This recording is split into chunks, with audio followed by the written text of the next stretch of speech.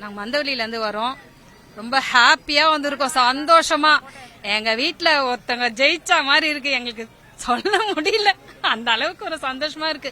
அவரை நடிகரா பார்த்ததோட இப்ப முதலமைச்சரா பாக்கிறதுக்கு எங்களுக்கு ரொம்ப ஹாப்பியா இருக்கு. அவர் 100 வயசு வரைக்கும் சந்தோஷமா இதே ஜெயிச்சுட்டே வரணும். எங்களோட சந்தோஷம் அதுதான், வேற எந்த சந்தோஷமும் இல்ல. எங்க தளபதி இதே மாதிரி எப்போ வெற்றியோட இருக்கணும், அதான் எங்களுக்கு சந்தோஷம். அவரை நான் 2 முறை பாத்துட்டேன், இது 3வது முறை அவரை பார்க்க வந்திருக்கேன்.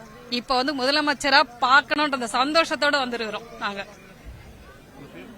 ஸ்ரீதேவி. எங்க வீட்டுல எல்லாமே தளபதி ஃபேன் தான், என் பசங்க, என் மறுப்புள்ள எல்லாமே. இன்னைக்கு நேத்து இல்ல, நாங்க 30 வருஷத்துக்கு மேல அவர் ஆரம்ப படத்துல இருந்து அவரோட ஃபேன் நாங்கெல்லாம்.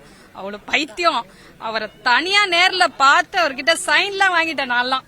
பயங்கரமா ஒரு ஹாப்பி. இன்னும் அவர்னா அவ்வளவு பைத்தியம், எங்களுக்கு என்ன சொல்றதே வார்த்தை இல்ல. நான் பெரம்பூர்ல இருந்து வரேன் சார். நான் பாத்தீங்கன்னா விஜய் ரசிகர் தான்.